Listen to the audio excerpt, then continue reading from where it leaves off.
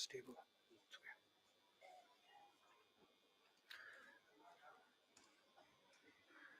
Good evening.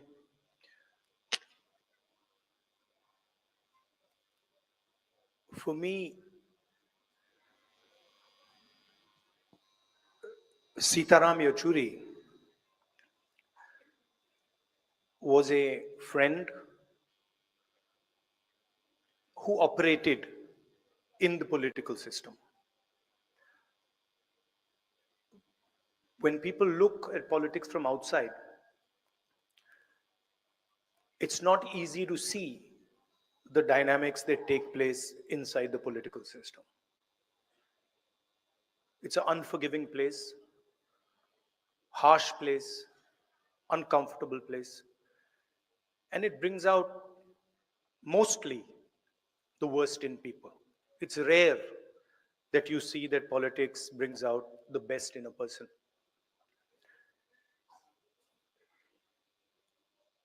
And I saw Mr. Yechury from the first day I started in my political journey. And I observed him quite carefully. And what I found was a person who was flexible, who listened, who, even though he was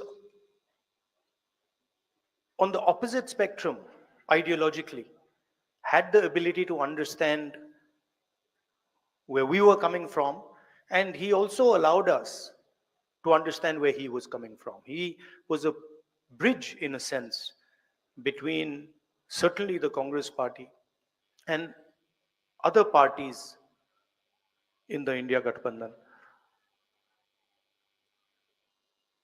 There are people who are visible and they are upfront, you see them.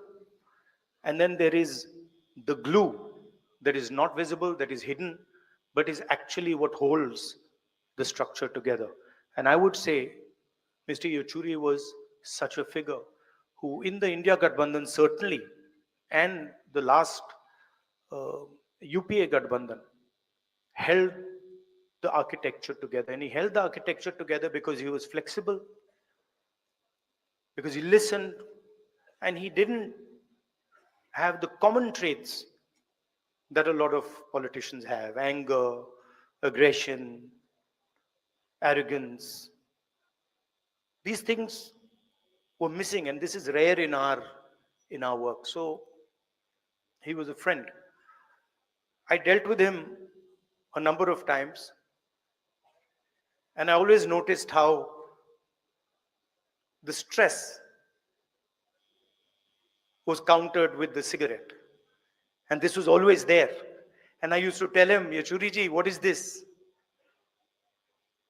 Why don't you get rid of this?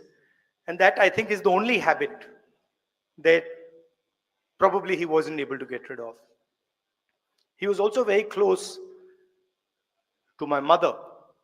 And I would say they were even better friends than I was with him.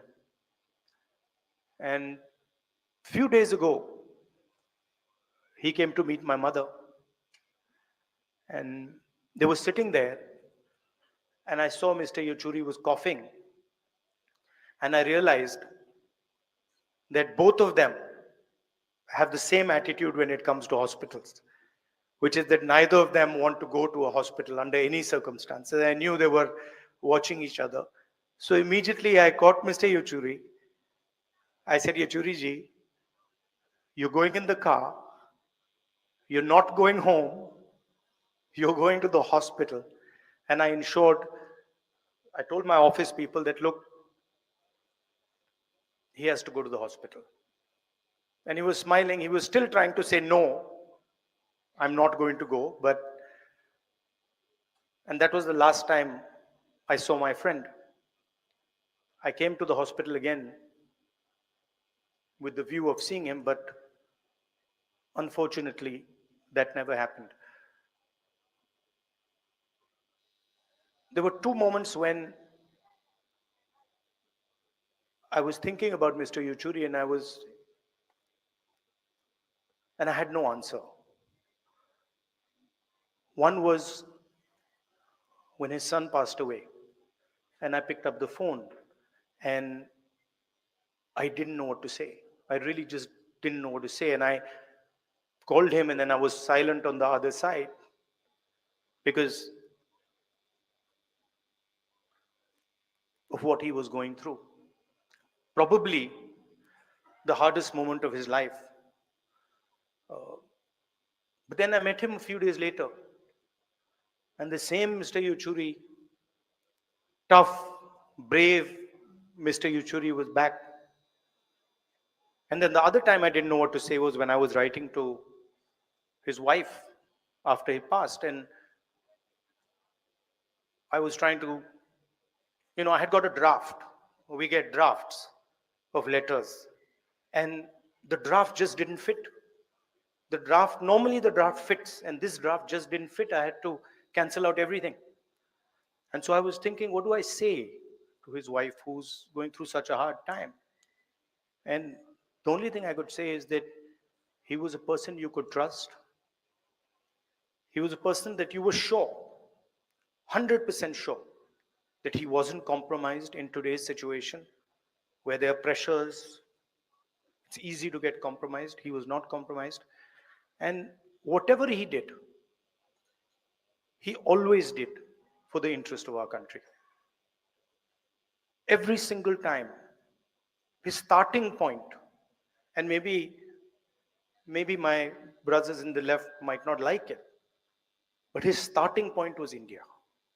And that was the point from which he began. And of course, after that was his political ideology, his political conviction.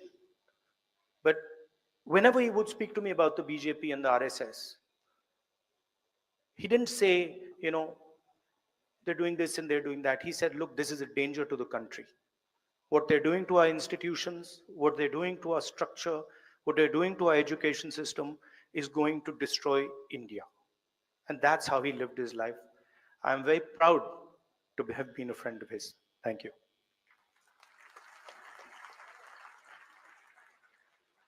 अब मैं